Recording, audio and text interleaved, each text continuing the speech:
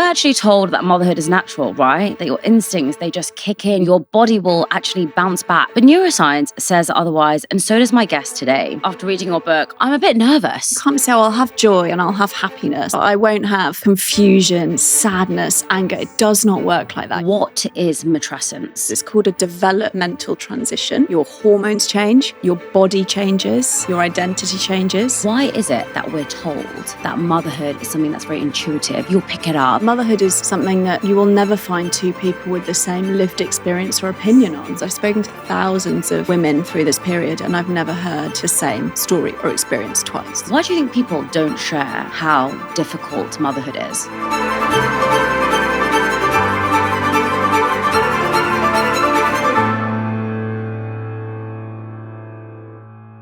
We all know that adolescence changes your brain, your mood, your hormones, and just so much more. And what if motherhood does too, but no one really talks about it? We're actually told that motherhood is natural, right? That your instincts, they just kick in. You'll know what to do. Your body will actually bounce back. But neuroscience says otherwise, and so does my guest today. Because pregnancy actually remodels a woman's brain more than puberty, lasting for years. But we treat it like an event and not a transformation, and something that we really need to understand. Some say giving it a name like matrescence overcomplicates things. But today, my guest Zoe shows us how understanding this language, talking about it, and using these tools can really help us get through motherhood. I have conversations like this every single week that help us to challenge the things that we've been told, help us to shift our mindset and to change our lives by learning these new tools. So if you love this episode, if you've loved any of my previous episodes, please do me a favor and press that subscribe button. It is totally free, but it helps me get incredible guests like Zoe on this podcast every single week. So I'm very excited for this episode because Zoe changes my mind on motherhood, and I'm very excited to see if she changes your mind too. Zoe, hello. Hi. Welcome to Millennial Mind. I'm so excited to be here. I'm excited, but I'm also really nervous for this conversation because after reading your book, after getting the feedback from my audience about what they want me to talk to you about, I'm a bit nervous.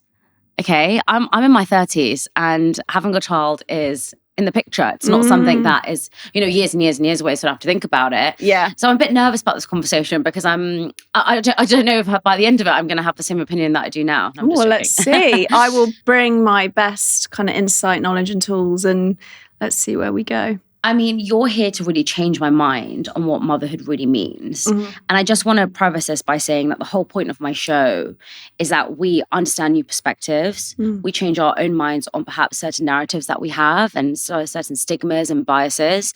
And so throughout this conversation, I just want to emphasize it's not that I personally disagree with you. It's just that I'm trying to give a different perspective because I know there are people at home who perhaps might disagree on certain bits. And I just really want to give both sides of the story. 100%. And motherhood is something that you will never find two people with the same lived experience or opinion on. That's true. You will never, in the same way as you would never about their teenage years or about life in general. So, the aim of my work is not to convince anyone of how to feel or do it a certain way.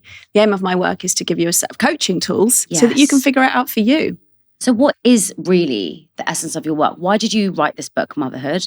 And really, what is your goal with your work? So I was always fascinated by personal development and coaching. That was my kind of never my career before motherhood, but absolutely my passion. And because of that, I was trained in coaching. I'd done meditation training. I'd done a yoga training. To be honest, I thought that I would find motherhood okay from that perspective, from the emotional perspective. I thought I've got a lot of tools here. Yeah. But the opposite was true. I really, really, really struggled. And so my natural inclination was to look for the workshops, the books, the talks, not about parenting. I didn't need to know, I mean, I did, but I already had the knowledge on how to change a nappy, how to do feeding, how to, parent a toddler. Yeah. What I needed was support for me, the woman behind the mother, the massive shift in my identity, massive shift in my relationships. I completely changed my career in motherhood, which is really common. And I couldn't find the community or support that I wanted. So I started a podcast, mainly for completely selfish reasons, because I wanted to have the conversations. And it turns out millions of other women wanted to have that conversation. And then it morphed into the book. And here we are today. That is amazing. I mean, what you just said, I think is really important to kind of note. you were somebody who thought that motherhood would be easy and that you would be okay, right? Why is it that we're told that motherhood is something that's very intuitive? You'll pick it up, it'll come naturally to you.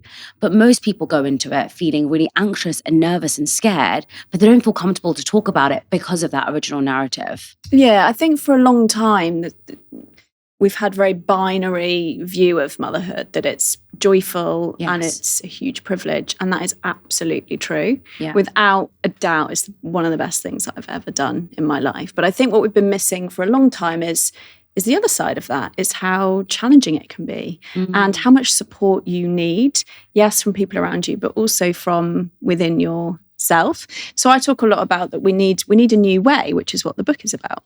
We need some tools.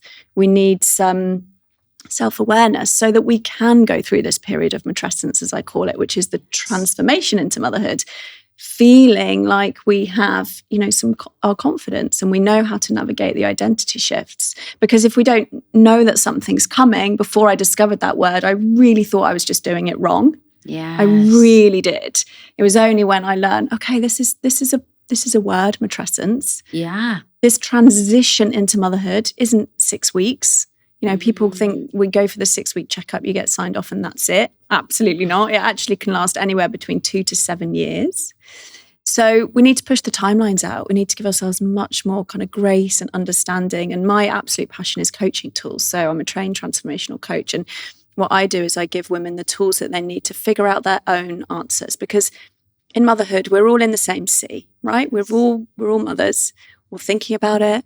But we're not all in the same boat. Yes. If you're a mother who has a disabled child, or you're disabled yourself, or you have a neurodivergent child, or you're neurodivergent, or you have huge financial challenges or mental health challenges, it's going to be such a vast, different experience than someone who doesn't have any of those. So you can't be prescriptive in motherhood. And I actually really don't like any kind of experts or books or podcasts that tell you how to do it. My work is all about, here's a framework, go and reflect on what this means for you and how you can apply it in your life. Wow, I love that. I want to talk about this word matrescence. Yes. I couldn't even pronounce it. I don't even know what it meant. No one can. Never even heard of it in my entire life. What is matrescence? So the best way to describe it is to compare it to adolescence, which we all know, right? It's that period in your life when you go from being a teen to an adult, when your body changes a lot. Your hormones change a lot. Who you are changes a lot through that time. You try on different identities, don't you? You're like, do I like grunge music or pop music? Do I like this kind of boy or this kind of boy? So true. I really tried a lot of different identities on through my adolescence. Before at sort of 22, I was probably like, okay, I sort of know a little bit who I am as an adult. Well, matrescence is exactly the same process. It's called a developmental transition.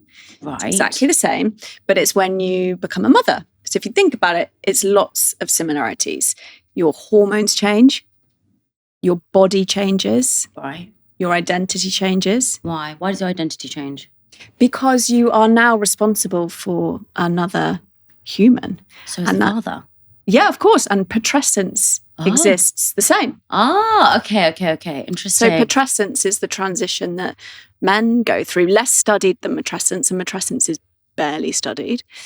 But, my work centers on matrescence, of course, because that's my lived experience. Yeah. But matrescence, just as significant. Okay, fine. Absolutely. Okay. Someone needs to write the matrescence book. They do. Which hasn't been written written yet. There's a market out there, everyone. There is, sorry, you were telling me. Which hasn't been written yet. There's your body changes. Your identity changes. Your values change. So what is very, very common in motherhood, and what a lot of my audience, and this is my own lived experience as well, is they'll say, for an example, before motherhood, I was just obsessed with my career. All I wanted to do was grow my business, grow my career, get a promotion. Now I feel really differently about that. I feel way more interested in how can I grow a sustainable career so that I can be there after school. Or the inverse sometimes happens, actually, which is also kind of my experience too. I've never felt anything that I've felt passionately about before motherhood. That's why so many businesses get started by mothers in motherhood, right? Wow. Because you spot gaps in the market that you never spot, and you feel really passionately about helping to fill that gap. So your relationship to work, in fact, I don't think I've met a mother who her relationship to work hasn't changed, often in a really amazing way. So we know that as mothers, our efficiency rises, our output in limited number of hours rises, because suddenly, if I think about before motherhood, I would perfect a presentation till midnight often. Be like, I just want to get it right. I'd sit there was no consequences to that other than me and my time. Now I'm like, I have to get this. I have 15 minutes till school pickup, and I'm gonna get this, and I'm gonna get out the door because I've got this real pull that I want to hang out with my children after school. So the way that you manage your time, your relationship to time completely changes. I'm so worried about all of this. You don't need to be worried about it. You need to have some tools for it, which is what my work does. But I think that it scares me because it seems that everything changes so drastically, but also there's no empathy and understanding because it was your choice. You chose to have children. Yeah. No one forced you to. Yeah. And I think this is why we're seeing so many people choose not to have children. It's because we all now value independence. For a lot of women, that I know, they didn't grow up with in an independent environment. They didn't have the choice or the money or the tools or anything to just be like, I'm going to go do what I want. Yeah. And now that they have that, it's now very scary to now go into the stage of your life where that's going to be taken away from you. That's how it feels. So how do we not feel nervous around this? So people who are watching thinking, oh my God, this is how I'm feeling right now. I guess it's a selfish question. Like, how do I not feel nervous around that? I think you get self-awareness. So fear is kind of expectations that aren't real yet. Correct. That's what fear is, right? We project that we're not going to be able to cope into the future. Yes. Okay. So the way to get rid of that fear is to think about, okay, I'm guessing that you are someone who's going to want to keep working. Correct. I am guessing that you are someone who's going to want to keep pushing for your career. Yeah. So let's... I don't know. You don't know, but you can make different plans, right? So, okay, so say I'm in motherhood and, I want to go back after 3 months. I want to go back 6 months. I want to go back after 1 year. What would my plan be? And you need to be discussing with your husband. Yes. What's the childcare cost of that going to be? How are we going to share that out? When are you going to go back? Are you going to take shared leave with me? Yes. These are the types of conversations that will start to allay your fears. Because when fear is about the unknown. Correct. If you can make it more known. Now, obviously, there are unknowns, right? How you're going to feel, the type of baby that you're going to get, the type of father that your husband's going to turn into. Yeah. But life is full of unknowns. Yeah, true. We have to have both sides of it, right? The logic, I'm going to make a plan. I've got some tools from Zoe. I'm going to work out what I'm doing and what I'm going to need and how I'm going to, knowing myself currently, navigate this period. That's going to feel really empowering, okay? Yeah. And then there's the sort of trust part. Right? So we have the logic and we have the heart and the trust. And the trust is, I trust that I'm going to figure this out. I've figured everything out up until my life at this point, and I've overcome some really big challenges. I'm sure you have. We all have, right? And I will figure this out. Yeah. And when you have those two, then what you'll notice is that the nervousness and the fear will start to dissipate. And don't forget as well to think about all the things that you're looking forward to, how incredible it's going to be. Yeah, I mean, and I think it's both. We have to do all those things. I mean, I've already had those conversations. I've had them for the last 3 years. I know exactly what I'm going to do in order to prepare because I've always wanted to make sure that I keep working. That's smart. That's super smart. And I feel scared to say how long after I want to start working because I think the whole point I want to share in this podcast is with people are going to judge you either way. Yes. If I go back to work the next day, okay, not the next day. If I go back to work a week later, right? People will be like, how the hell did you do that? But I might just be in a position where I'm able to do that because my baby just magically went to sleep. And also, I also want to ask you this question. Does everybody go through matrescence? Because I personally believe, and I might be totally wrong here and totally deluded, and I have zero experience and I have no awareness on this. So I just want to clarify that when people say you have no idea what you're talking about. Correct. I have no idea what I'm talking about. Hence I'm asking the question. Does everybody go through matrescence? Because I look at it as a very mindset thing in the sense that do some people find it very, very hard to deal with no sleep, deal with the fact that they have someone that they have to look after and deal with this massive change in their life? Or are some people like, I was born to do this, I wanted to do it, and it's my job. Like, I wanted to do this. So like, I am equipped, I'm ready. It's going to be difficult and I'm ready for it. Because I see challenges in life. And I do think that some people are able to cope with stress and less sleep, and they're able to push through and they're able to grind. And some people are not. And I see this kind of attitude as like, some people can do more stuff than others. And I do think that's a fact. By the way, if you have a strong mindset, I do think you're able to push through more. That's just my personal opinion.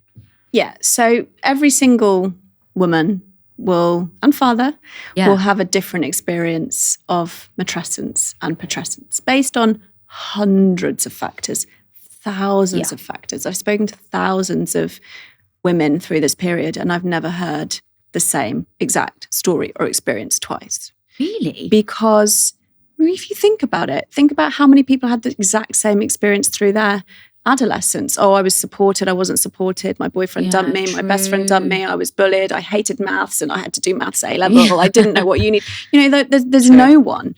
If we had, and it's exactly the same with matrescence. Yeah. Now, the mindset thing is really fascinating because to some extent, yes, but I think it's less about, my experience is that it's less about having a mindset of hustle and grind and pushing through that serves you through this period.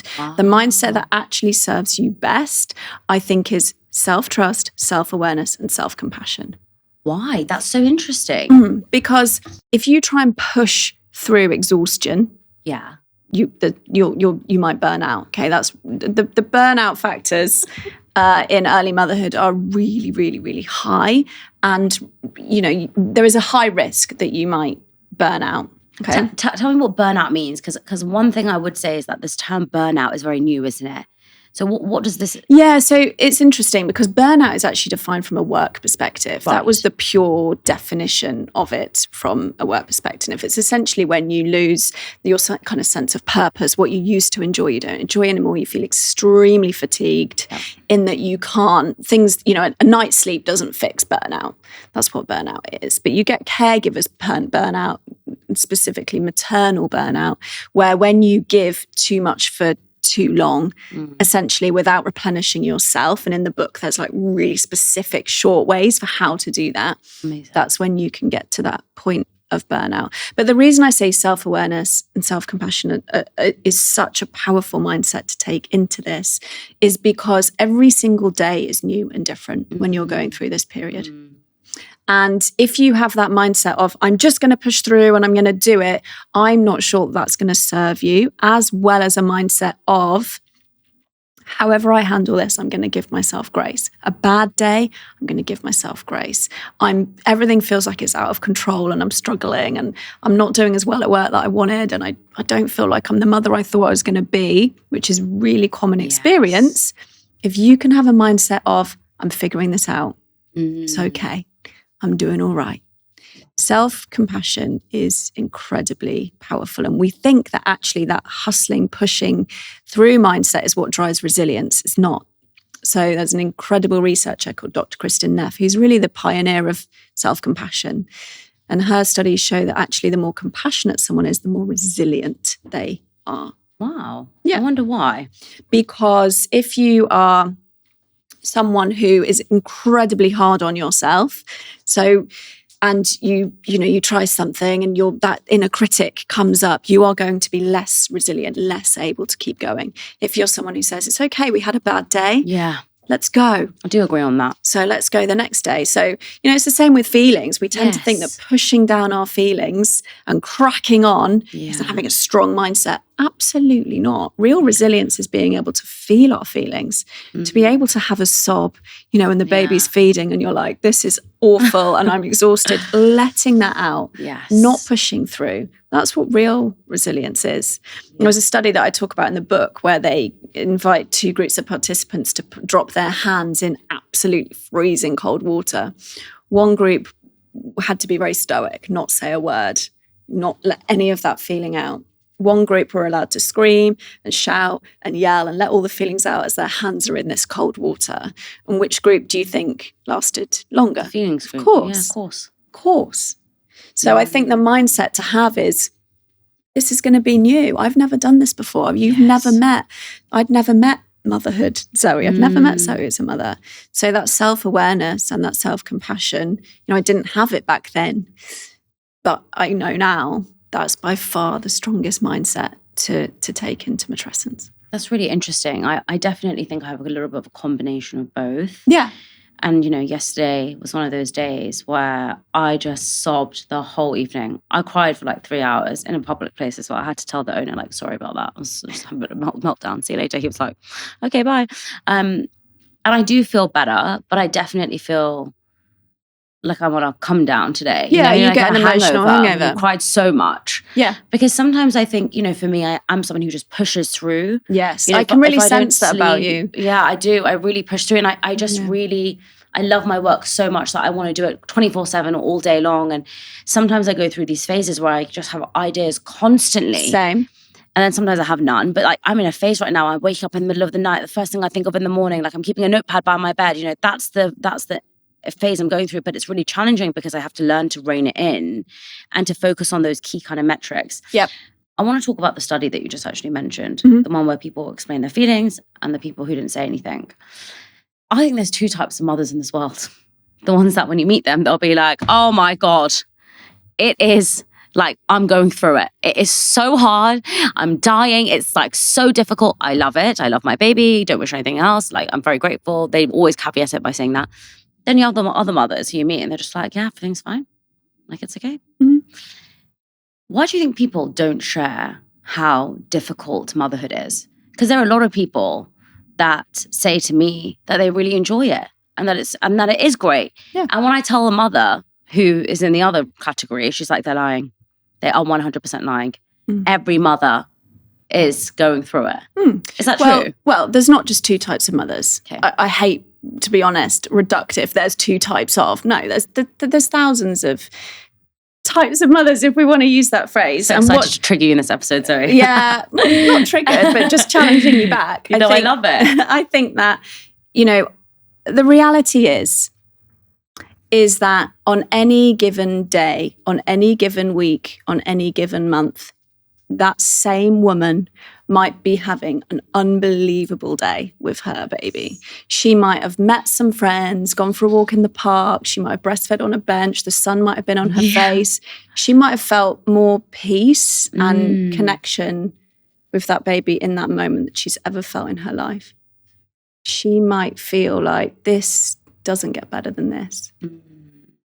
The next month, she might have been unwell. The baby might have had a cold. The baby might not have slept for hours. She might have had an argument with her husband about the mental load, about, he's not done the washing up or cooked dinner for the week. She might have had an argument with her best friend. She might have had some financial stress.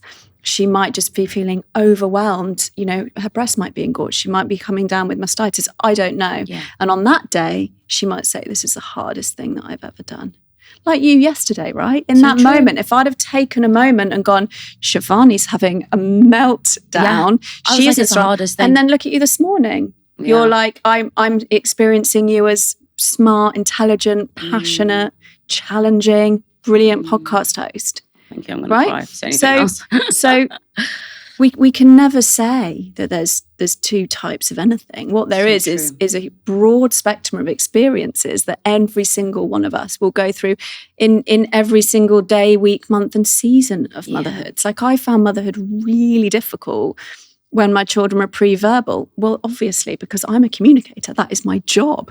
Oh, now that we communicate, I am like in my amazing mum era. Like, I am such a good mother now that I can use words and we can discuss ideas and I can teach them things. And I absolutely, genuinely love it. Wow. When they were little and pre-verbal, I found that much more challenging. Equally, many shades of that. And there are people who the other way around, they loved it when they were little doddery toddlers and, going to the messy play. And I didn't connect with any of that experience. That's why I'm saying self-compassion is absolutely vital. You will find your season. You will find your pace. You will find your joy. But you have to be very, very graceful and gentle with yourself as you go through it. That's why it's called matrescence. That's why it's a process.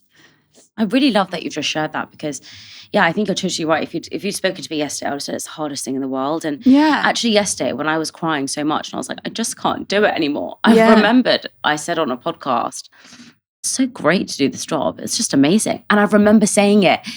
And I remember the next day being like, oh my God, I shouldn't have said that. But it was on that day, you're so right, that I was just having the best day. And I was thinking, this is easy. And motherhood this is fun. Is exactly the same. God, don't on say some that. days, you're going to say, this is the human experience, right? The So human true. experience is that we get to feel our Yes. range of feelings. That's how we are designed to be. We can't selectively So numb, right? Brené Brown teaches this. You can't say, oh, I'll have joy and I'll have happiness and I'll have passion and purpose, but I won't have confusion, sadness, anger. It does not work like that. You're connected to your feelings or you're not. So the fact that you have these highs where you go, I love my job, is because you're willing to go to the lows. That is how it works. True. And I'm a Cancerian, so I like really, really, really feel it. You know, like, and motherhood's the same, right? Yeah. So on some days, if say you had a baby with you yesterday, you'd have gone, this is the hardest thing, I can't do it. Today you'd be like, I love it. Yeah, it's so true. So when those mothers who say she's lying to that woman, she's not lying. She's just in a season where she is enjoying it. I love that. I love that you just said that because I think that it's also really relevant to life. Of course. You know, there's going to be times like even with your own business, there's times where I just think like everything is doing amazing. You know, sometimes I'm like, wow, everything's going well. Same. And then other days it's disaster. My relationship's amazing. My work is amazing. The weather is amazing. And then like days like yesterday, I'm like, I hate it all. Like, you feel you're at this pit, you know. Yeah. But I think what you're trying to say, which is I think is really, really important here, is give yourself the grace to know that it's temporary, 100%. which is just, you know, like your coaching is coming out here because I think that's also, you know, what a life coach will tell you as well in life. Everything is temporary. 100%. And we've got to remember that in order to feel the good, we've got to also experience the bad, or else we won't appreciate it. Exactly. And you asked me, you know, at the front of the conversation, you know, why are we so used to talking about the joy and we're not used to talking about this is what I'm trying to bring to this conversation here and in the book and in all my work. In that life is feeling amazing some days, feeling horrific other days. And so is motherhood. And we're allowed to talk about both without feeling shame. Without having to say, but I love my kids. Because it is part of the experience of, you know, owning a business, of being in a marriage, of living in a human body. You know, some days you love your body, some days you hate. It's everything. Yeah. Everything is nuanced and up and down, motherhood included. So if you can go into motherhood with the idea that big picture, I think that I'm going to love this. I think it's going to be the best thing that I will ever do. I also know day to day, week to week, month to month, I'm going to experience the full range of human emotions, just like I have growing my business or in my marriage or in my whatever it is. Yes. I think if you can go in with that, you are really, really well prepared. I think a lot of us are fearful to say that we're struggling with something because people will say that we don't appreciate it or that it's not good. So if I was to go on the internet and say I had an argument with my husband today, right, people would be like, well, you hate him. And I think that my family and my friends who follow me on Instagram, his family and friends who follow me on Instagram would be mortified because they would say, why would you put that online? There is not one couple in the world who doesn't argue. Yeah. Not one. There is not one couple in the world who doesn't feel frustrated at each other or angry. Of course. It's part of love. Yes. And I think when you have children, I think it's so important to remember, like, you can feel so frustrated and angry and annoyed at your child, but also really love them. Of course. But people are scared to say that. And I think the reason people are scared to say that is because as women, we are trained. I 100% think this about myself, is I'm trained to have it all. I want to have it all. And I know I coach people too. I know my logical brain, I cannot have it all. There is never a time that I can be the best wife, the best daughter, the best daughter-in-law, the best businesswoman, the best friend, and the best of every other thing. Yep. Like, I can't do it. There's not enough hours in the day. Exactly. Right? But I want to be. And I think that it's because we're told that women can have it all. Right? How do you think this pressure for us came around? Well, having the concept of having it all is absolutely fascinating, because in my world, in the motherhood world, it was never meant to apply to women having a hot marriage and an amazing career and, these 3 children running around and they're ever present. Well, having it all was coined by the editor of Cosmopolitan magazine in the 1980s, which was about her having this incredible career and a partner. Wow. It has been morphed into the sort of conversation about motherhood. So that's the first thing. It was never meant to be even a conversation, because obviously you cannot have your A game in all of those areas at the same time. Can you have them over a long season? Absolutely. Can you have them over even weeks? Absolutely. Can you have them even over days? Absolutely. Wow. But you cannot have them constantly all at the same time. Yes. So I think, what I teach and I coach, I have the privilege of coaching just some really high achieving women across, such a range of industries. And I think it's really about understanding, what is your priority in this season and how are you going to design your life and your boundaries around that. It's life coaching 101. It's just that before I came along, no one had applied this sort of thinking into early motherhood when you have never felt more pressure, less time, and more exhausted. I think one of the reasons I personally feel like I have to do it all is because I grew up in a joint family. And a lot of Indian families grow up in joint families, which means for me, I grew up with my parents, but also my dad's brother and his wife, and then with my grandma. So there was 9 of us living in a house. And that's not uncommon, by the way. Mm-hmm. But what comes with that, by the way, is seeing your mums do it all. My mum worked. My mum looked after us. She did the laundry. She did the cooking. She did the driving. She did everything, and she never complained. I've never heard my mum, when I was growing up, ever complain about it. I mean, now we have conversations and she's like, oh my God, it was so hard.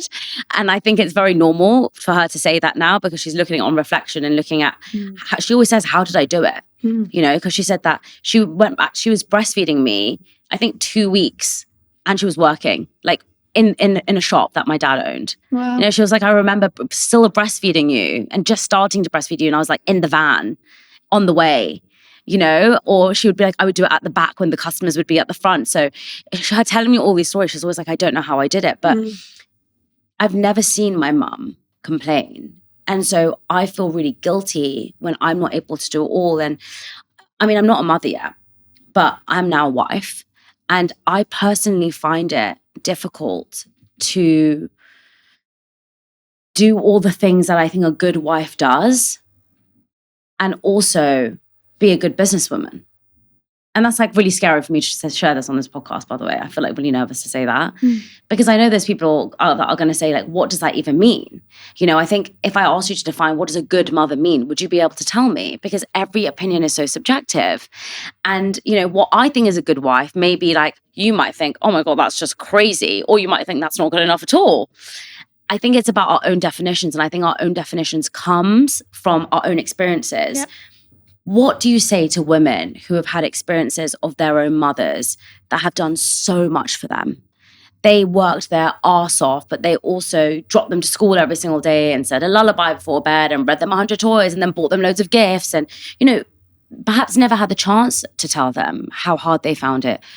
So they've now got that expectation on themselves to say, I must do this. And it's not even conscious, it's subconscious. Yeah, I love this because this is the core of my work, is that, as a coach, the beliefs that we have in the world get set up when we're really young, typically before 7. So what we saw our mothers doing when we were young is the blueprint that we've absorbed subconsciously of what we think a good mother does. Yeah. One of the most important things, and I'd be happy to do this with you offline, but one of the most important things to do is to think about, what have I absorbed? What are my beliefs about what a good mother does? You could even do it for your role as a wife. Like, what are my beliefs? Get them all written down. Because when I did this, I was shocked. Wow. I was like, wow. Because it didn't feel like it fit like who I am now. And I could see, okay, this is just cultural. Yes. This is what I saw my mother doing. This is what I saw my mother's mother doing. This is what I saw around me. So once you've got that list of, you've got those subconscious beliefs written out. That is super powerful in itself, because it's our subconscious beliefs that drive our behavior and our actions, our decisions. So if you don't do this, you might find yourself doing motherhood in a way where you just feel like, this doesn't really feel like me. That will be why, because you're being driven by subconscious beliefs. So you get them all written out. This is what I think a good mother should do. And then you think about the next super empowering step, which is what feels true for me. What do I want to do? What do I want to do? And then, some of that might not be realistic in your circumstances, in your culture. That's okay too. You think, what would 50% of this look like? What would, even if I nudged 10% closer towards this, what would that look like? So that's a super powerful exercise that everyone should do, regardless of their sort of culture, or because every single person's culture would have been different, would have had a different experience of their mother. There's also another super powerful tool that I love in the book around breaking cycles and thinking really consciously around, what do I want to do differently? Yes. So there's a tool that I created called debits and credits, because everything in my work is super quick and it's super practical, because we haven't got time to read big tomes of books about cycle breaking. So it's like a 10-minute exercise, and I've done all the thousands of hours of reading to get to this point. So you think about debits, which is, what did I experience growing up, with my mum, my dad, my extended family, my environment? What messages did I get? How was I parented that didn't feel great, that actually I might want to change? That's your debit list. And then it's really important to do your credit list, right? Which is, what are the things that actually were incredible that my parents, caregivers, extended family, teachers, what were the things that were amazing and I absolutely consciously want to repeat? And that's why I said at the start, the most important thing is self-compassion and self-awareness. And both these tools fall into that self-awareness category. So when you can think about, actually, I really, feelings weren't a thing. This is my example in debits, right? We never really talked about feelings. As a result, when I'd gone through my adolescence, I really didn't know how to connect to my emotional self. I was very sort of disconnected from knowing how to just connect with feelings. I didn't really understand my own emotional landscape. So that went into my debits list through no fault of my parents. Absolutely not about blame or finger pointing. I get it. It wasn't a discussion in the 80s about emotional health. No one was talking about it. And then on my credits list, I'm thinking, so once I've got that debit list, I want to talk about that. Okay, is there anything that I need to learn in order to break that cycle? Okay, I'm going to need to learn a bit about my own emotional health. How can I do that? I'm going to listen to these podcasts. Okay, and what am I going to do with my children? I'm going to make sure I'm talking about feelings. When they come to me with a problem, I'm not going to fix it or tell them not to cry or be quiet. I'm going to let them cry. I'm going to ask them how they might be feeling. Super simple, but so powerful, because what you're suddenly doing is that you're parenting with intention. You're creating a family with intention and awareness, not just knee-jerk of how it was done to you. Because if we don't do this piece in the middle, you will just typically do one of two things called the pendulum effect. You will go completely the opposite way of two extremes. Wow. So you want to be thinking really consciously, what do I want to repeat? Because I loved it. My parents were amazing at this. Or traditions. What traditions do I want to repeat? You want to do this with your partner if you have one, co-parent, other involved caregivers. And what do we want to do differently? And this is 10 minutes. I'm not talking about people thinking, I've got no time. This woman's mad. This is kind of 10-minute exercise. It's not. I'll tell you why. Whilst this activity, I absolutely love it, by the way. I think it's amazing. But whilst you're saying it only takes 10 minutes, what I think people struggle with is, let's say in this 10 minutes I write down, my parents were really shouty, right? Always used to shout at me, and I want to be a gentle parent. When my child slaps spaghetti in my face, I want to say, no, honey, we don't do that. But I need to go to therapy to change my ways, because right now what I'm doing is I'm getting spaghetti and I'm splashing it back in my kid's face because I've grown up with this temper and this anger. So whilst the exercise is 10 minutes for awareness, I think solving the issue sometimes can take longer, which is what is scary for mums, right? Because sometimes if you're not aware of it, if you're not intentional about it, at least you didn't think about it. Yeah. So at least you weren't intentional. So you being the same parent that your parent was being, it wasn't something that was in your conscious brain. It's just in your subconscious. Yeah. Yeah. Well, you'll know this. We don't do personal growth because it's a fun thing to do. I mean, I think it is a fun thing to do. But Most Agree. people get to personal growth because they're fed up of their own shit. Yes, exactly. They're like, I need to change something. Yes, exactly. So if that mum is like, I'm shouting a bit more than I want to, but actually I can handle it, amazing. Fair. Yeah. Absolutely fair. There will, maybe there won't come a point. Maybe there will come a point where she goes, I really need to look at this. Yeah. Like I feel really, and I've come to loads of those moments in big and small ways in my motherhood journey where I'm like, I really need to look at this now. Sometimes that has looked like going to therapy. More often than not, it's looked like coaching tools. I'm a coach. I'm absolutely evangelical about the power of coaching and co-coaching as well, sitting with a friend who's also into personal development. Can we just chat through this thing? Yes. There's calling you straight after the show. there's so many different ways to work through this. I'm not saying any of this is easy. Yes. But what I am saying is that when you get to that point when you're like, I don't know what to do, I've got some tools that can help you. And of course, like we've been saying, the theme of the episode, right? Correct. Every single person's experience is going to be different. Yes. Some are going to be more difficult. Some people, yes, if you've got significant trauma in your childhood, of course a 10-minute exercise is not going to fix that. That would be insane to suggest. Otherwise, you might need to go to some specialist therapy, of course. But you're going to be able to get that self-awareness through a simple tool and then make that decision. Like, how important does this feel right now for me to look at this? Or do I need to just push on? Am I in a season where I actually can't focus on that? And I think change is hard. I think change is really hard. It's really difficult. And when you do want to change something, like I've had a terrible childhood and I want to have a child and I want to change that, we have to take personal responsibility for that also. Yeah. Right? Like no one else is going to come in and tell you, oh, this is what you need to do, and I'll just take this load off you. Yeah. Unfortunately, it is a choice. The reason why I wanted to ask you about these exercises is nearly 7 in 10 millennial mums agree to feel guilty about taking time out for themselves. Yes, there was an amazing study done in 2014, and they asked, a significant number of mums to rank the importance of things in their life. Right. First was children, then was work, then was partner, then was pets, then was self. So the dog or the cat probably gets a walk and some attention and some food, but the mother puts herself last. And that's really one of the core messages of Motherkind, is that we have to break this narrative that motherhood and to be a good mother means being a martyr. Yes. Because actually it doesn't. And we have to. It's not about me first. It's not about putting yourself at the top of the triangle at all times. Of course, there are moments when we have to put our children, our work, our partner, our pet even before us. But if we do that habitually and unconsciously, which is what we were talking about, then that has a real impact on your physical health, your emotional health, and your mental health. So I think it's about thinking, I've got a tool in the book for women, and many mothers in my community really struggle with this. So I developed a tool called One for Me, One for You, because what I saw was that it was so easy for mothers to organise a play date for their child, to make sure their child eats nutritionally balanced meals, to have a glass of water, to have some play, to have some stimulation, to have some fun. Yes. The list is endless.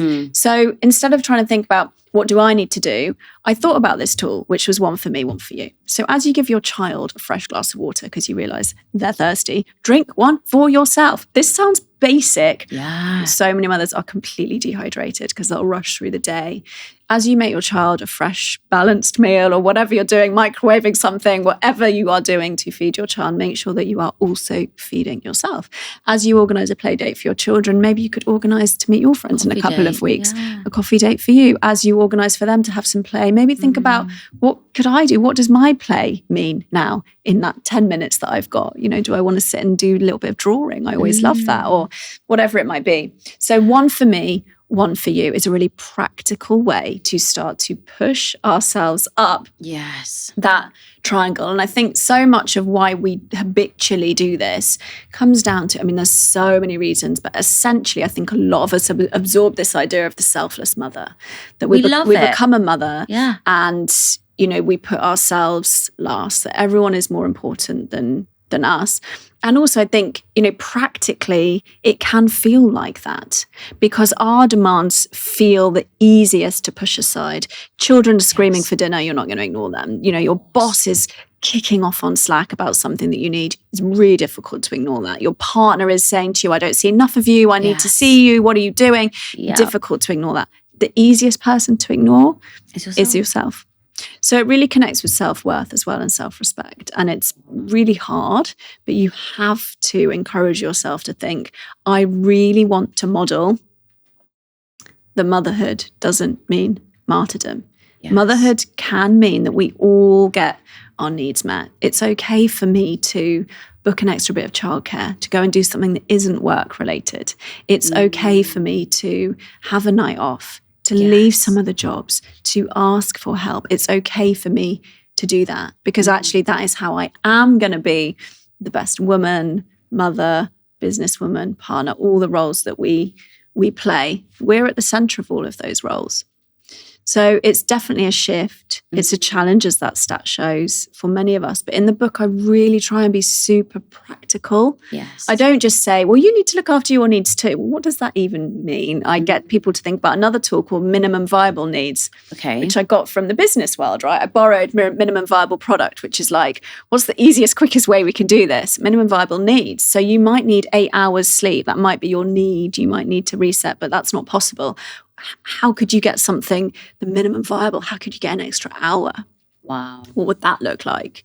So I think we have to have this sort of philosophy of motherkind and how I really think that mothers can support themselves through motherhood, which is looking after their needs too. But we also have to make it super practical and realistic. Because the reality is, mothers have less than an hour to themselves a day from studies. As you're talking about this, the term that comes to me is super mum. And why have I not heard this term super dad? Why do I never hear people being like, you're such a super dad that you're doing it? Because I don't want to speak on behalf of all men, but I just hear the term super mum a lot more. And the reason why I think this is because we are wired to believe that we can do multiple things. Women can do, women are multitaskers, men are not. Women can do the cooking and the cleaning. Like, for example, when I'm at home, there are times I'm on the phone, I'm also writing an email, and I'm chopping the carrots at the same time. And Nikhil comes in and he's like, what's wrong with you? And I'm like, what do you mean? I have got a million things to do. I've got to get things done. Yeah.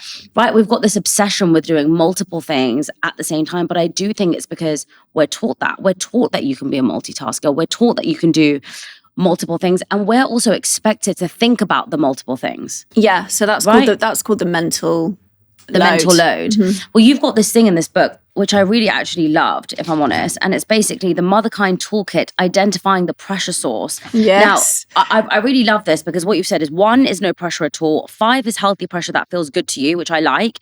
And 10 is extreme pressure. But what you've written here is having a tidy, organized home, food and meal times, work success, financial security, education and schooling, health and fitness, self-development and cycle breaking, maintaining friendships, maintaining family relationships, managing the mental load, materialism, opportunities, advocating for your child's needs, raising happy children, keeping your children safe, other. I mean, there could be 50 more others.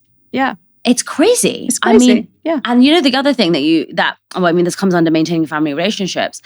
Why is it on the women to always remember the family's birthdays and get them a present and get them a card? And when they don't, it's always like, well, she doesn't like us. She obviously hasn't made the effort with us. She's a terrible daughter-in-law. She's a terrible wife. She's a terrible cousin. Yeah, there's a phrase for that called kin keeping, which is the idea that women have typically taken this role of holding those communities and families together. And I think when you do that exercise with your husband, which is, how are we going to do this? That's one of the things to think about. Yes. How are we going to manage our family relationships through 100%. This? Are you going to be responsible for the relationship with our child, with your family? Okay, so that means you're going to be organizing the visits. You're going to be suggesting what they might like to buy or do with the child. Are you going to be buying presents for your family? You get all this out on the table. That's absolutely the sort of thing that you want to be discussing. And that exercise is so powerful. I absolutely love it too.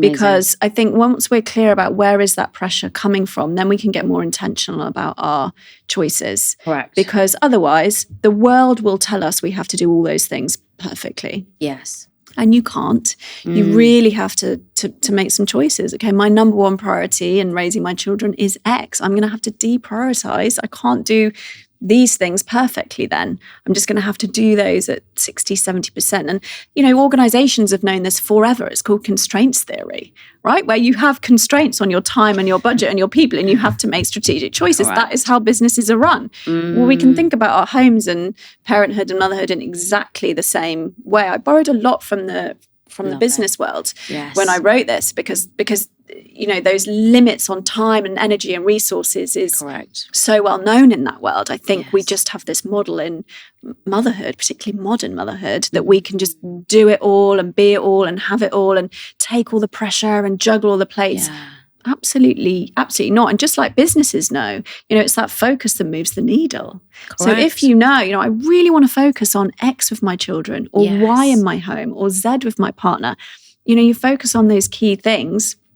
Take the pressure off the other things. Is it difficult? Really difficult. Will you have to fight against some societal, internal and external expectations? Of course you will. Yes. But it's difficult to thrive through anything, right? So true. I think it's definitely worth, I'd really encourage people to grab a copy and do that exercise. Or if you don't want to buy the book, just, write down, where am I putting myself under the most amount of pressure, and why? Does it work for me or not? Once you've got that exercise, and in order to support this exercise, you need to learn to ask for help. Yes. Which is something that a lot of people struggle with. Yes.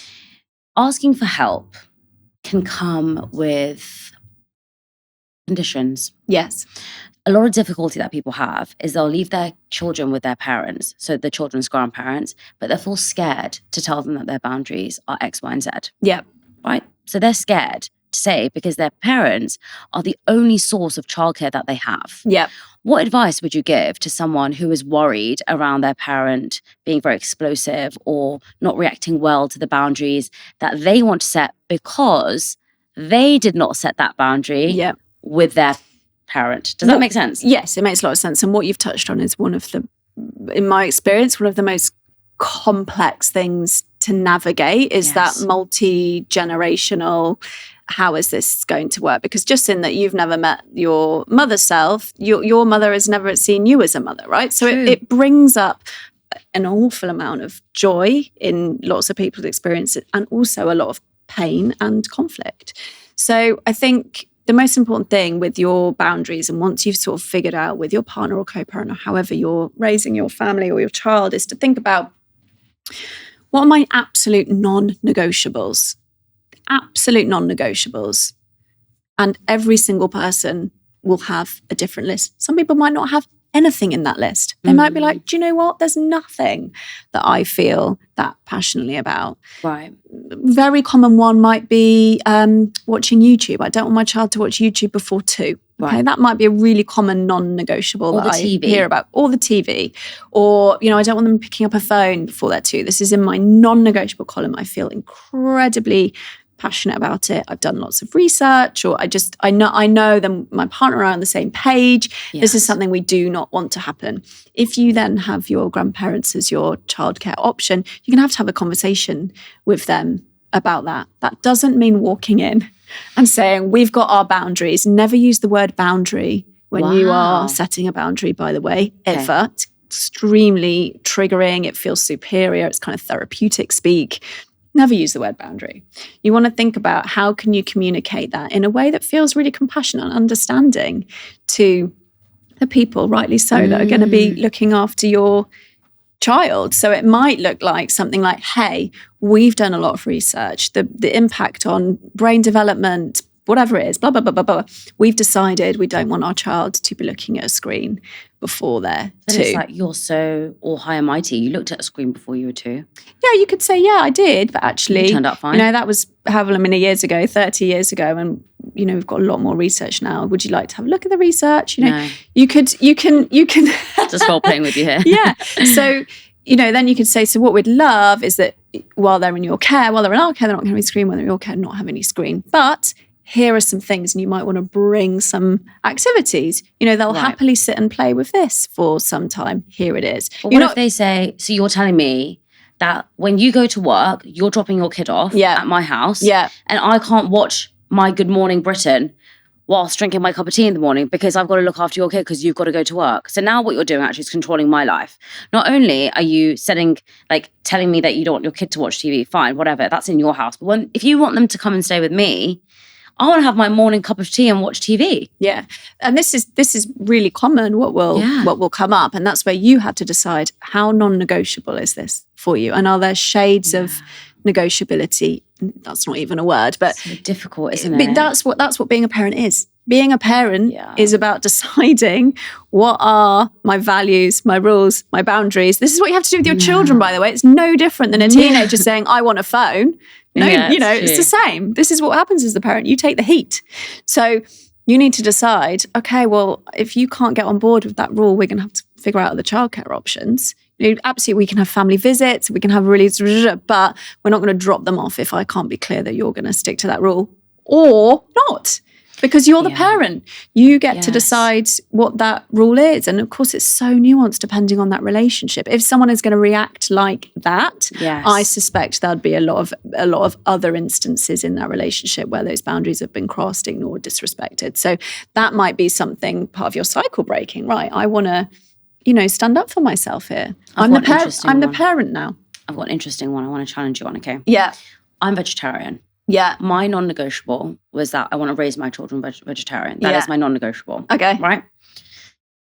My family seem to think that I'm being too restrictive, even though I grew up vegetarian. Okay. Right? It's bizarre, this one. My dad eats meat. My brother eats meat. My husband eats meat. Yeah. Me and my mum don't eat meat. You and your husband agreed on the vegetarian? Yeah, I said I wouldn't marry him if that was the case. Okay, nice. No, but it was very important to me. I was like, I really so don't this is a real non-negotiable. It's really important that I really don't want my children to grow up eating meat. Okay. And then when they get to 10 or 11, and I think they're in right mind, they can then decide. Great. Yeah. Right? But I want them to grow up with those values where they say, I don't want to eat meat. That's just my personal choice. Yeah. My dad then said to me, so when they come over here, and let's say you have a boy. Yeah, here we go, sexism in its finest. And me and Akshay, my brother, are eating chicken wings. What do you want me to tell them? Mm-hmm. What did you say? Well, I said, I don't bloody know yet because I have kids. But I would presume that you say to them, it's spicy. I don't know if that's the right answer, okay? Yeah. But just say it's spicy because then if it's spicy, they can't eat it. Yeah. And then my dad goes, all right, what if I'm eating? And he just gave me all these stupid examples. And his theory was, what are you going to teach your children? And I said, I don't want them to grow up with the values that it's normal to kill an animal to eat. Yeah. That's just my personal opinion. Yeah. And my dad said, so are you going to tell them that I'm a bad person then? No, And I said, why would, he goes, well, I'm eating meat, so am I bad then for eating meat? I said, in my personal opinion, yeah, you are. But I just think that, I was like, you don't need to tell the kids that you're eating meat. You can just eat different things. Anyway, we got very flustered because his concern was that I will be teaching my children that eating meat is bad. Yeah. And he feels that they will then see him as bad. Yeah. I'm not pregnant, I don't have a child, but do you see how I'm already having these conversations? Yes. I think that's good you're having these conversations. And he was because if this came up in the moment, this would be really tricky because you're stood there with your child and you're like, what do I do? So it's great that you're thinking about it beforehand. And I actually think this is like an amazing opportunity to teach, to stand up for what you believe. And this is your non-negotiable, right? So that's very clear. It's also an opportunity to teach your children that, saying that I have in my house is every family and every person has different rules and we respect different rules, but these are the rules in our home. Yeah. So in our family, mum, dad, mummy, daddy, me, your siblings, whatever. Yeah. We choose, we don't eat meat. Yeah. Other families do eat meat. It's not wrong. It's not wrong to eat meat. My choice is that we don't. Other people choose that they do. Just like what it might be, we look at screens, other families don't look at screens. You give them examples and you can start to teach them about compassion, about understanding different points of view. I talk about this all the time with my children. Why is so-and-so allowed to do X? Why can't I do Y? Oh, so-and-so's mummy said that it's fine to do this. You say it's not fine to do that. It's such an amazing moment. I love it when they come to me with something like that because it's like I get to teach them. I get to help them be compassionate and empathetic and understanding. And we are growing up. They are growing up in such a divisive world. Yes. We get a chance in our little microcosm family to teach the opposite of that, to teach understanding, to teach compassion. And my daughter now says it back to me. She'll be like, oh, that mummy's not doing what you would do. I bet she ... and she'll make up a story about, I bet that's her value, mummy, or that's whatever it is. But how do she's heard me talk about that for forever. How do I say though, my husband eats meat though? Yeah, you can say every individual has a different choice. Mummy doesn't eat meat, and mummy and daddy have agreed. Yeah, well, we don't eat meat in the house. So yeah, okay, fine. Yeah, mummy and daddy have agreed that you two are not going to eat meat until you're 10, and then you get to make a choice. Yeah. We have agreed that. True. That's just rules. Every family has rules. If you don't have rules in your family, what are you doing? Like you need to have rules. That's what keeps children feeling safe. Actually, is knowing where the boundaries are, knowing where the rules are. One of the questions my audience asked me, because I asked them that about you because I was interviewing you. Yeah. They said to me, it's very difficult when you want to change, but your parents don't want to change, right? Yeah. So in Indian culture, you have something called a chatti, which is on the 6th day after you give birth, there is a ceremony, right? Yeah. A lot of women I know have opted to not do that ceremony. Yes, makes sense. And a lot of women I know have done the ceremony 6 days after having a cesarean section or pushing a baby out, which both of them just blow my mind, it's just crazy to me. Yeah. And also, it's not just like 5 people there, FYI. There's like 50. Right. Wow. You're in an Indian outfit. I look at the pictures of my chatti with my mum. It's in her bedroom. She's in a full-on Indian outfit. But is she in bed? She's not in bed. Right. No. You're dressed up. It's like It's like how I would look today, but with an Indian outfit on like a wedding. It's not a wedding. Sorry, I don't mean to say like it's not a wedding, but you're dressed up basically, and you do the ceremony. For somebody who feels like they don't want to let go of their tradition, because you'll never get the chance to do that ever again. By the way, it's the 6th day. You'll never get the chance to do it. Yeah. I think it's actually like there's a significant reason why it's on the 6th day. Yeah. For somebody who feels that they don't want to let go of their tradition. Yes. But for somebody who feels that they want to also honor themselves and give themselves the time to heal, a lot of the time we're in that conflict. Yeah. I find myself in the conflict all the time thinking, well, this is my traditional role, but this is how I really feel about it. What do I do? Yeah. So if there's a mother at home who's in this position right now who feels like her parents want her to do the ceremony. Yeah. They don't understand why she doesn't want to do it because they did it. Yes. Their mothers did it. Their sisters did it. They themselves did it.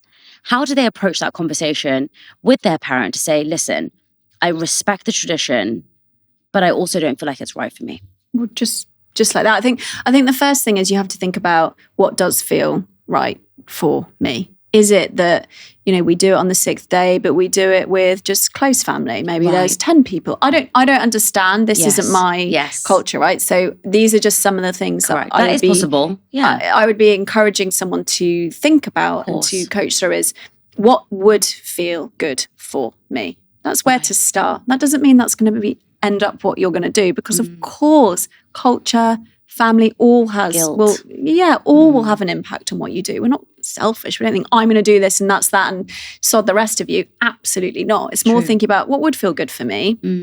Okay, and how do I work from there? What are the possibilities? But I think, I don't know the culture. I don't know how kind of important and significant a thing that might be to change it, to have less people, to do it on a different day, to do it differently, to get the essence of that ceremony in a new or different way. Because traditions, they change, don't they, through the generations. So I really have no idea. But that's what I would be encouraging someone to think about is what would feel good for me and how can I yes, respect and yes, honor that tradition, but also make sure that I don't put myself in a position where I'm feeling kind of completely disconnected from what I wanted. I think it's difficult because it takes a village to raise a kid, but then people in villages also have different opinions. Yes. And it can be really challenging if you are relying on that village to not feel as if you have to rely on their opinions. Because for a lot of the time, when you're asking somebody to look after your child, you feel like you have to listen to them. You feel like you have to take what they say as gospel. And that can be really challenging as a mother, because now you feel they owe you one. Yeah. And I think this is the part of that non-negotiable. It's back to that non-negotiables. You have to know, like your example is a brilliant one. What are my non-negotiables? And what are my negotiables? Like, where am I like, that's fine. Actually, the benefit of having this village outweighs how I feel about this thing. There'll be You lots. have to give in to some stuff. You can't have everything your way. You can't. Of course you can't. That's not real life. It's so true. You know, we're interconnected. We are meant to live in community. That's why we have compromise, and we have, all these amazing other skills that we get to use. But I think once you know what are your non-negotiables, you can then work from there. In-laws are a big question that people ask me about. Yep. And they can be, a lot of the time, quite, what's the word? Disruptive when it comes to having kids, because they have their own opinions and they're set.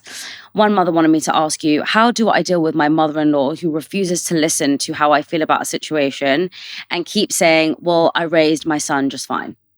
Yeah, so I've actually got a tool in the book for this because it is so common. The number one thing is to get on the page with your partner, because ultimately it's your partner's parents, right? Yes.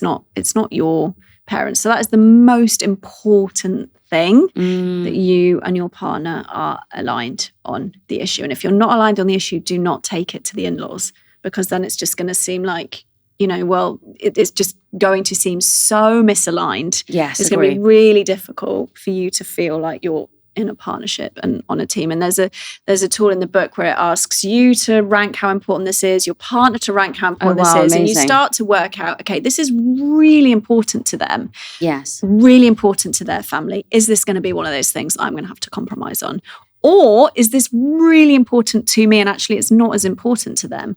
We're going to have to get on the same page and do exactly what we talked about with the vegetarianism. Yes. Work this through with the in-laws. But these kind of challenges, they come up constantly. I mean, in different variations, right? You might be lucky and you might have in-laws. I'm super lucky with mine. We've raised our children very, very differently. But my mum-in-law completely respects how we do it, and I respect how she did it with my husband. So I think you can be super lucky and get that situation and all shades thereof. But I think the number one thing is to be on the same page as your partner. I don't think that's the issue. I think for a lot of people, they're on the same page. It's just that their husband has never set a boundary with their parents. Well, that's why that's exactly it. That's the tool in the book that I'm talking about, is that you decide, how important is this issue? And if it's super important, that is a big challenge in your partnership or your marriage, where you're going to have to act as if this actually isn't important to me, but it's very important to my partner. Yes. So I am going to have to set this boundary. And you either want your partner to set that with his or her parents. It's not your job.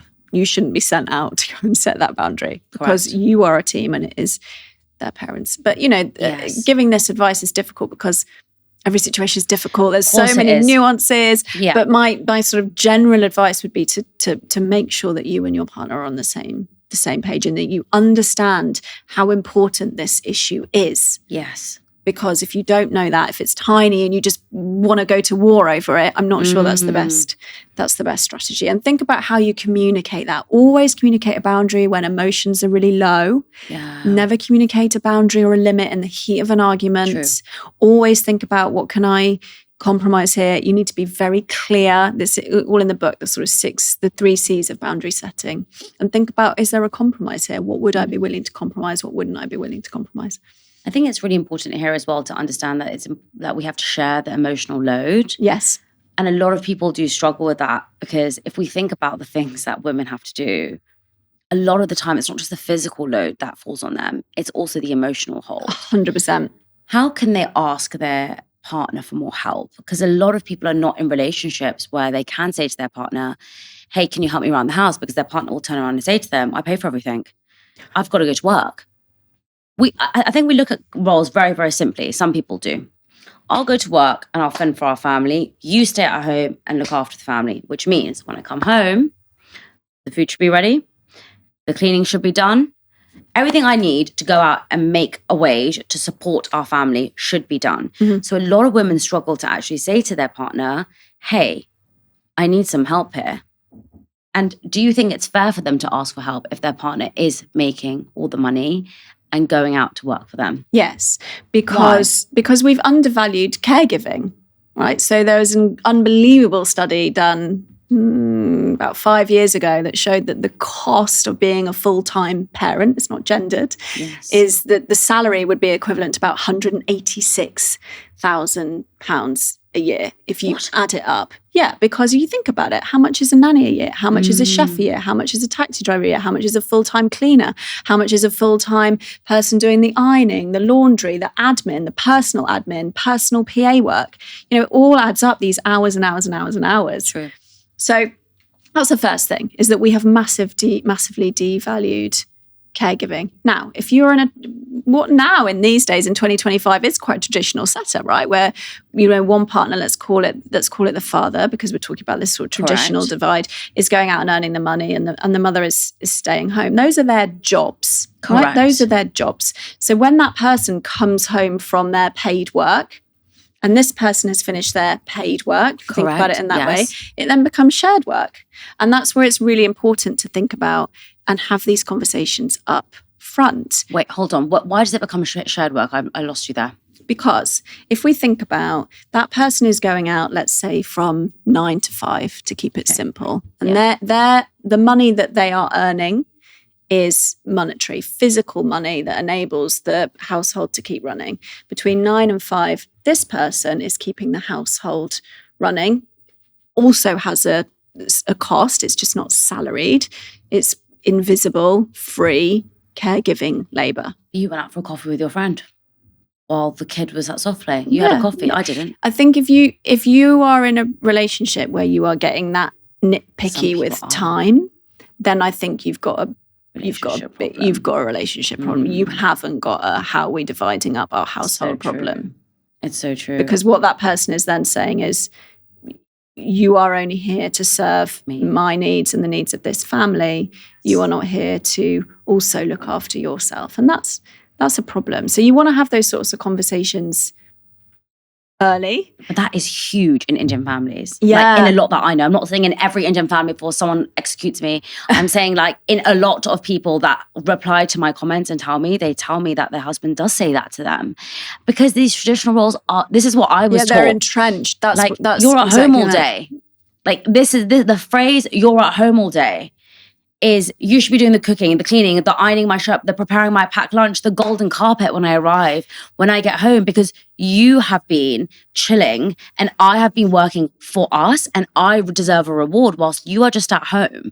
You're not earning any money. You have no value. And this is the thing that makes me so sad, is that so many men have told women that they have no value when they have said to them, you stay at home and look after the kids because they don't want to. And a child is made by two people. This is it. Two people's responsibility. This is it. So why on earth have we said that it's only the responsibility of the woman? Exactly. This is it. And this is what I mean when I say we have undervalued caregiving. I had an amazing psychologist on the podcast who's just phenomenal. And he's Dr. Rick Hansen.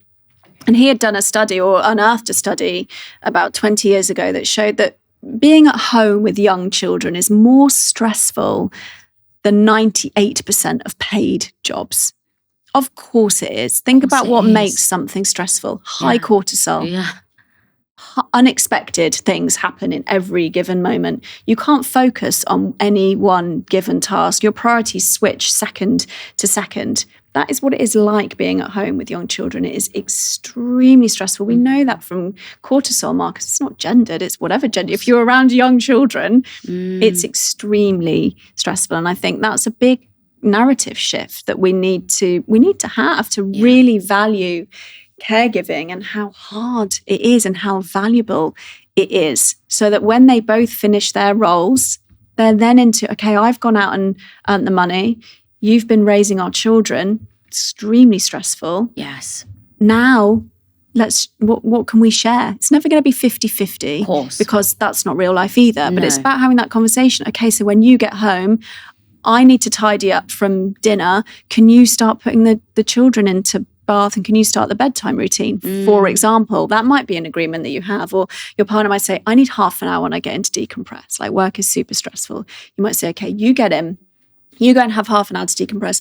I will start the bed and bath time routine. And then we're going to switch over. And I'm going to have half an hour to just decompress. And you are going to get to do their stories. Because it's not I shouldn't have said get to. You know, it's like you get the privilege of being able to, be with your children and connect with them after paid work, which, lots of fathers through their putrescence will say that my work takes on a new meaning. Earning money for the family takes on a new meaning. Yes. Like I have a deeper purpose now. Yes, I'm willing to do more because of that. Exactly. Yeah. So I think it's just having these conversations. There's no right way. There's no wrong way. There's just what feels right for each person. But if someone in that experience is feeling completely devalued, unseen, misunderstood, nitpicked about time and money, that isn't a parenting issue. That is a relationship issue. With matrescence, you said that your body really changes. Yeah. Talk to me about like the physiological, like in adolescence, how your body completely changes, your hormones change. Yes. Tell me more about what happens with matrescence. Yes. So it takes 2 years for your hormone levels to go back to where they were pre-pregnancy, which is a phenomenal amount of time. And your brain actually changes.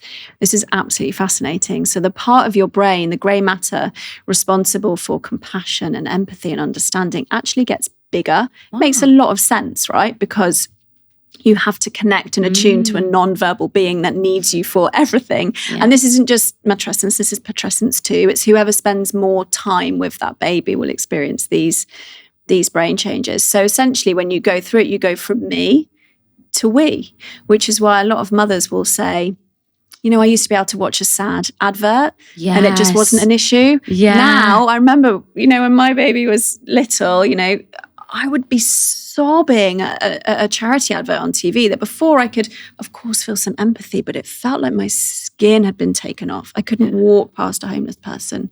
It really increases the empathy and the compassion part of your brain. What I think is phenomenal about this is how much sense it makes. But also, that is why I think so many amazing charities, purpose-led businesses, leaders get born out of parenthood. Because you suddenly see things differently. Wow. Your brain also goes into, so the amygdala, the fear center in the brain, also gets slightly heightened, which is why you get this sense of hypervigilance. Sounds might feel louder. You can hear, your baby's cry when you're in a deep sleep. Things like that happen. So it's really phenomenal, the rewiring that happens. I like to think of it, and I reposition it in my community as kind of super skills. Like you really do get these super skills when you go through and when you become a parent. That I think we need to do more work of communicating that into industry and employers and organizations so that it's not seen as, oh, you're a parent now, you don't care about your work. No, you're bringing in these new leadership skills. Give me a boardroom any day over a tantruming 2-year-old. And a lot of parents would agree with that. So I think thinking about, I'm going through this transition, as we talked about. It's an expansion. It's an expansion. Yes. I'm a different person. There's no going back. I'm not going to try and get back to the old Zoe, the old Shivani. I'm not going to try and get back. That person's gone. What I'm going to do now is move forward from this place with clarity, self-awareness, self-compassion, and expansion. I mean, it's crazy, if I'm honest. I never knew how much you change as a person. I've never really understood it, if I'm completely honest, because I think all we are told is, does your body go back? Do you look the same? Bounce back. If you bounce back and you look the same, your life is the same, and we didn't even get a chance to actually talk about help and paid help, which is a conversation I really want to have, because I think a lot of people struggle with getting paid help, and there is so much judgment on it, which I really, really feel passionately about that there shouldn't be, because you cannot have it all. Same. But for people who have just watched this conversation, who are on the other side thinking, I feel really empowered, but what do I do now? What's one thing that you think any mother can do today that will help them feel a little bit better with managing matrescence? Self-compassion. Hands down. You want to put your hand on your heart and you want to say, this is a really wild season of my life and I am handling this so well. Look at everything that I've done. Look at everything that I've handled. Look at the woman that I'm becoming. That self-compassion will hold you through the darkest of days. Amazing. Well, thank you so much. I feel you're welcome. I have learned so much from you, and I'm really, really excited to start putting these into, practice the day that happens for me, because I think it'll be really, really helpful. So thank you so much. Really appreciate you coming on. You're welcome.